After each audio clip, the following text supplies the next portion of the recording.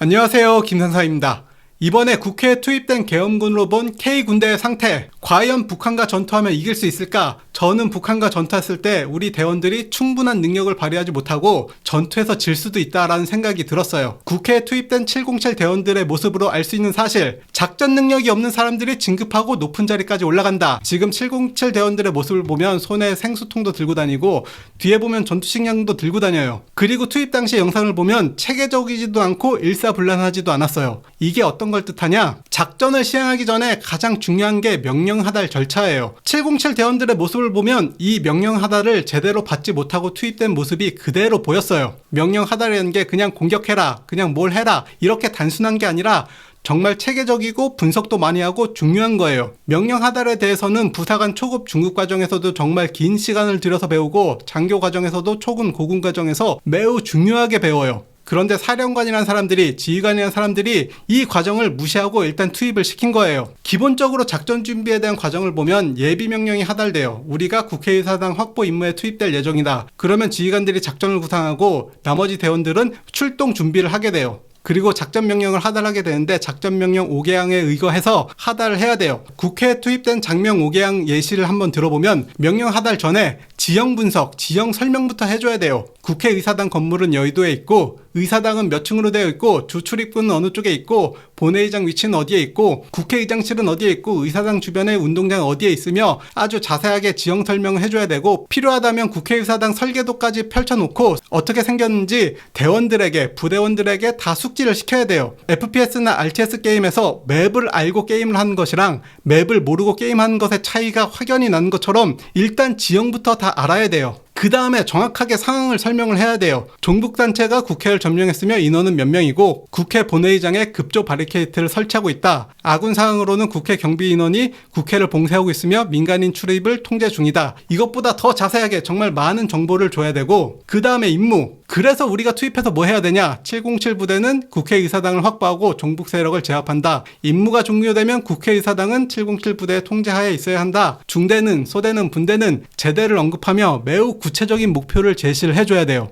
그 다음에 실시, 지휘관이 생각하는 작전의 큰 틀을 설명한 다음에 팀 단위, 제대 단위 과업을 정확하게 명시를 해야 돼요. 1팀에게는 어떤 임무를 주고 2팀에게는 어떤 임무를 주고 3팀에게는 어떤 임무를 주고 아주 자세하게 나눠줘야 돼요. 그리고 여러 가지 지원 방법, 부상자가 발생하면 어떻게 처리해야 되고 물과 식량, 탄약 등은 추가적으로 어떻게 보급을 해줄 것인가 이런 계획도 구체적으로 세워야 하고 사용할 무전기와 약호 그리고 지휘관 유고 시 지휘권 승계에 관련된 내용도 이 명령 하달에 다 포함이 돼야 돼요. 명령 하달이 끝나면 부하들이 제대로 명령을 확인했는지 백브리핑도 받아보고 그 다음에 협조 및 제안사항, 어떤 제안사항이 있으며 지휘관이 해줄 수 있는 게 뭔지, 상급부대에 요청해야 되는 게 뭔지 명령하달 절차에서 모든 걸 해결하고 가야 돼요. 아마 이런 명령하달 절차가 제대로 수행됐다면 707 대원들 사이에서 이런 얘기가 나왔겠죠. 지금 뉴스 보니까 종북 세력이 아니라 국회의원이던데 합법적인 거 맞습니까? 아니면 종북 세력들은 무장을 했습니까? 이런 궁금증들을 다 물어보고 지휘관은 이런 궁금증들을 다 해소해 줘야 돼요. 그리고 명령하달이 끝나면 팀 단위 명령하달, 개개인의 임무를 다시 할당하는 거죠. 아까 실시 상황에서 나왔던 1팀의 작전 내용이 1팀 명령 하달에서는 1팀의 임무가 되는 거고 실시에 가면 개개인별로 실시하는 내용들이 또 나오는 거예요. 그리고 명령 하달에 따른 예행 연습도 꼭 필요해요. 미국의 특수전 작전을 다룬 영화들을 보면 예행 연습을 다 하고 투입하는 모습을 볼 수가 있어요. 지금 국회에 투입된 인원들을 보면 장명 5개항에 처음 나오는 상황 파악도 안 되는데 최정예 707 대원들을 명령 하달 없이 현장에 투입하는 지휘관들, 군대에서 전투준비태세 평가 등 각종 전술훈련 평가 때 가장 강조하는 게 뭐예요? 브리핑, 상황 전파, 상황 파악. 평가관이 와서 자네 지금 뭐하고 있나 이렇게 물어봤을 때 우리는 어떻게 교육을 받았죠? 지금 상황은 어떤 일로 인해 몇 시부로 경계태세가 격상된 상황입니다. 몇 시부로 상황 전파를 받고 저는 개인 무장을 하고 물자 분류를 하고 있으며 몇 시 몇 분부로 특작부대 활동에 대한 전파를 받아서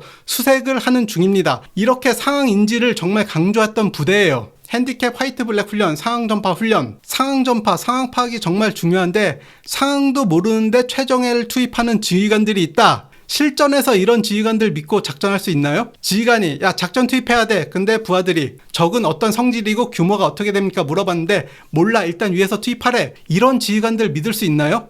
우리가 성공했던 특수작전 아데만 여명작전을 예시로 들면 그때 만약 UDT 출동 근데 UDT 대원들이 무슨 일입니까? 라고 물어봤는데 지휘관이 일단 헬기 타 그리고 이동하면서 아덴만에서 한국 상선이 필압됐다 이렇게 짤막하게 상황 설명을 해줘요. 그럼 UDT 대원들이 우리가 아덴만으로 가는구나 이렇게만 생각하고 있는데 갑자기 3호 주얼리호 바로 위에 호버링 시키고 UDT 투입, 인질 구출하고 배를 확보해 이렇게 명령을 받으면 아무리 UDT 대원들이라도 아데만 여명작전을 성공시킬 수가 없었어요. 전인범 전 특전사령관님이 최근 인터뷰에 나와서 한 얘기가 있는데 과연 전인범 장군님이라면 어떻게 했을 거냐 이렇게 물어봤을 때 저라면 질문을 정말 많이 했을 거다. 이게 무슨 뜻이냐? 상황 파악을 지휘관이 먼저 해야 된다는 의미예요. 그리고 만약 상급자가 넌 몰라도 돼 라고 하면 대들었을 거다. 상황 파악이 안 된 상태에서 임무 투입은 안 된다는 거예요. 상황도 모르는데 지휘관이 부하들을 작전에 투입시킨다는 건 소련의 우라돌격이랑 똑같은 거예요. 부하들을 그냥 다 죽이는 행동이에요. 그런 행동을 지금 K 지휘관들이 다 보여주고 있었다. 이번에 투입된 계엄군들은 고위 지휘관들이 무능한 게 문제예요. 현장에 투입된 특수부대 대원들은 아무 죄가 없다. 707 대원들이 현장에 도착하자마자 아무것도 하지 말았어야 한다고 하는데 이거는 끝나고 나서 우리가 알고 있으니까 이런 얘기를 할 수 있는 거예요. 허드슨강의 기적이란 영화를 보면 비행기를 성공적으로 불시착시켜서 모든 생명을 구한 기장님에 대한 청문회가 열려요. 그 청문회에서 어떤 얘기를 하냐? 왜 새가 충돌하자마자 비행기를 돌리지 않았냐? 그때 비행기를 돌렸으면 공항에 정상적으로 착륙할 수 있었다는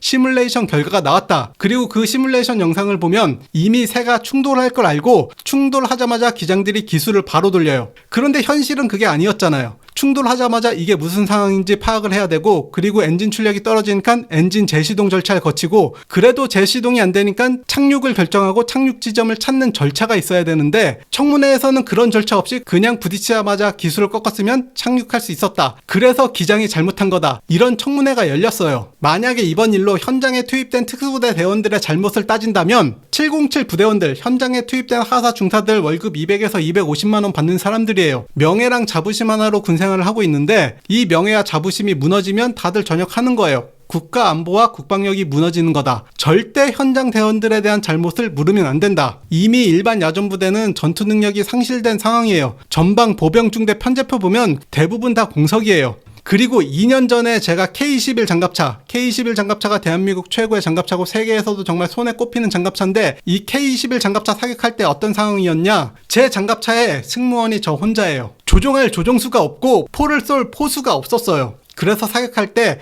조종수는 다른 중대 간부가 조종을 해줬고 포수는 중대 군안장갑차 조종수가 사격을 했어요. 이게 2년 전인데 지금 2년 전보다 간부 전역률이 훨씬 더 높아지는 상황이에요. 지금 K21 부대 가면 소대당 조종수가 한 명 있을까 말까 해요. 기본급 월 200만 원도 안 되는데 훈련하고 당직 서고 초과 근무도 못 받고 저 사람들 못 지키면 장교 부사관을 더 뽑아야 하는데 지금 더 뽑는 게 가능할까? 아니면 우리 707 특수부대도 이제 여군을 더 많이 뽑아서 여군으로 충당을 해야 되는 게 아닐까? 이미 특임부병은 여군을 더 많이 뽑고 있어요. 만약에 이번에 현장에 투입된 간부들 다 처벌한다면 간부님들 그냥 다 전역하세요. 군대 남아있을 이유가 있나요? 군대에서 하는 만큼 나와서 일하면 월 500만 원 넘게 벌어요. 제가 10월 달에 입금받은 돈 591만 원, 11월 달에 입금받은 돈 613만 원, 그리고 12월 달에 입금받을 돈 583만 원. 현실적으로 사무직에 취업해서 일반적인 회사에 다니면 돈을 못 벌어요. 그런데 몸 쓰던 중사 상사분들 나와서 똑같이 몸을 쓰면 군대보다 편하게 이 돈 벌 수 있어요. 이제는 군대의 가스라이팅에서도 벗어나고 사실상 국민들도 군스라이팅을 하고 있던 거예요. 이제는 벗어나자. 목함지뢰 등 위기 때만 되면 군인들 고맙고 대우를 잘해줘야 한다 라고 하지만 그때만 반짝이고 평소엔 무관심하니까 정치인들도 무관심한 거예요. 정치인은 국민들이 관심 있는 내용만 바라보고 있고 지금 군대가 이 꼴이 된 이유는 국민들의 무관심도 크다. 사회는 지옥이다 라고 군스라이팅 하는데 직업군인이 이제 20만 명이 안 돼요. 그러면 나머지 5,100만 명의 국민들은 지옥에서 살고 있는 거냐? 혹은 너네는 사회에 나가봐야 적응 못하니까 군대에 있어야지 이런 잠재적 사회 부적응자 취급을 하는 단어가 사회는 지옥이다 라는 거예요.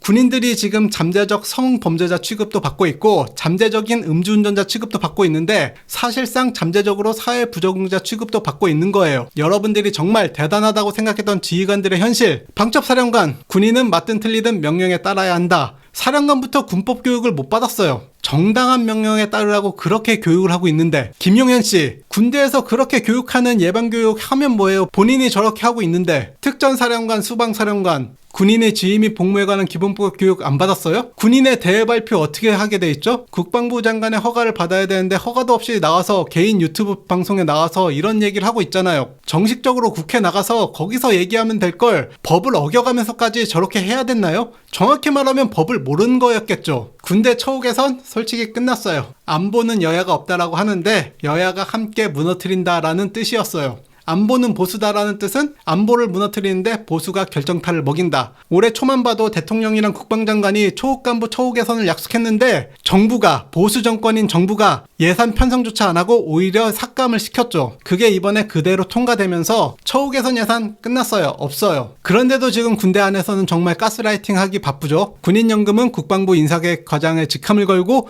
연구한 적도 건들 계획도 없다라고 했는데 정부 입찰 공고를 보면 군인연금제도 발전 방향 연구, 국방부 운영 지원과 이 정도면 사기죄로 봐야 돼요. 지금 언론에서도 간부 전용률 갖다가 문제 삼고 있는데 지금 언론에서 얘기하는 것보다 현역분들은 더 심각하다는 걸 아시잖아요. 육아휴직으로 전역을 준비한 사람들은 여기에 포함되지도 않고 전직 지원인 간부들은 전역자로 분류도 안 돼요. 언론에 나온 것보다 더 심각한 상황이에요. 그렇기 때문에 더 늦기 전에 빨리 전역들 하세요. 국민들의 무관심 속에 무너진 국가안보, 군대. 솔직히 국민 한 명당 월 10,000원 정도의 국방세를 거두면 이 문제를 미리 해결할 수가 있었어요. 그런데 지금 이미 무너진 상황에서 이제는 이걸 복구하려면 국민이 월 10만원에서 20만원씩 국방세를 내야 되는 상황이에요. 이런 상황을 알리기 위해서 군대는 더 빠르게 확실하게 무너져서 언론사들이 이거는 정말 심각하다. 언론이 나서서 대서특필을 하고 그래야 국민들이 관심을 가질 거예요. 그런데 만약에 확실하게 무너졌는데도 국민들이 무관심하다면 그냥 주변국이 착하게 대해주길 기도하고 기대해야죠. 이때 만약에 전쟁이 나면 그 피해와 복구 비용은 상상을 초월하는 거예요. 월 10,000원이면 조기에 방지할 수 있던 거를 이제는 10만원, 20만원을 들여야 되는 상황이고 전쟁 피해와 복구 비용은 상상을 초월하고 지금 세상에서는 어떤 비용을 들여서도 복구가 안 돼요. 국가와 국민들에게 가스라이팅 그만 당하고 이제는 개인과 가족을 위해 전역을 하세요. 아까도 얘기했는데 전투병과 부사관분들 군대에서 훈련과 작업하는 수준의 업무량이면 나와서 월 500만원 넘게 벌어요. 군대보다 편하게 있으려고 더 편한 일자리를 찾아가면서 200만원대 300만원 미만을 받게 되는데 군대만큼 움직이면 월 500만원 벌고 정말 자신이 없다.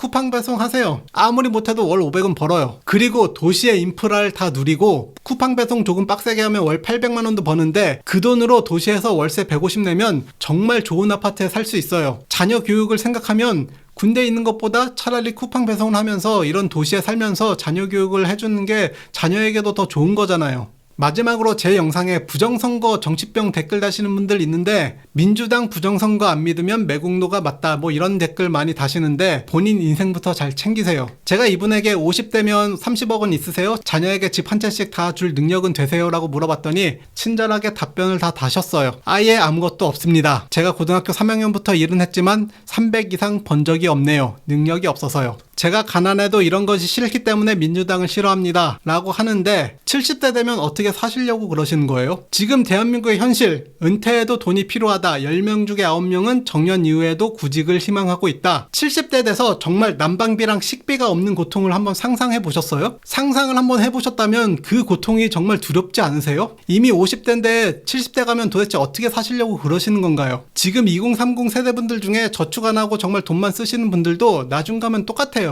나라 걱정보다 이런 분들은 본인 인생부터 걱정을 하셔야 돼요. 일본에서 나온 책 노후 파산이라는 책이 있어요. 이 책 저도 갖고 있는데 한번 읽어보시면 정말 처참해요. 여기 나오시는 분들이 젊을 때 노셨냐? 아니에요. 그냥 평범하게 열심히 사셨어요. 제가 가장 크게 흔들렸던 적이 문재인 때 20만원 정도 2번 받았던 걸로 기억되는데 이때 넘어갈 뻔했다. 근데 70대 돼서 진짜 춥고 배고픈데 민주당이 노인수당 20만원 올려드리겠습니다 하면 안 찍을 것 같아요? 찍게 돼 있어요. 왜냐? 정말 먹을 것 때문에 찍게 돼 있어요. 대한민국 노인 빈곤율 OECD 1위예요. 그리고 반대로 돈 많아지면 민주당 지지자도 보수로 돌아서기도 해요. 광주광역시, 광주 봉선 이동의 윤석열 대통령 지지율 40%. 이게 박근혜 대통령이 당선될 때에는 11%였고 문재인 대통령 당선될 때는 홍준표 후보가 2.4%를 기록했는데 윤석열 대통령한테 40%를 줬어요. 왜냐? 문재인 정권에서 집값도 폭등시키고 종부세 대상자도 확대했는데 광주에서 유일하게 봉선 이동이 1주택인데 종합부동산세를 내야 되는 대상지가 됐어요. 그래서 바로 돌아서잖아요. 돈은 현실이에요.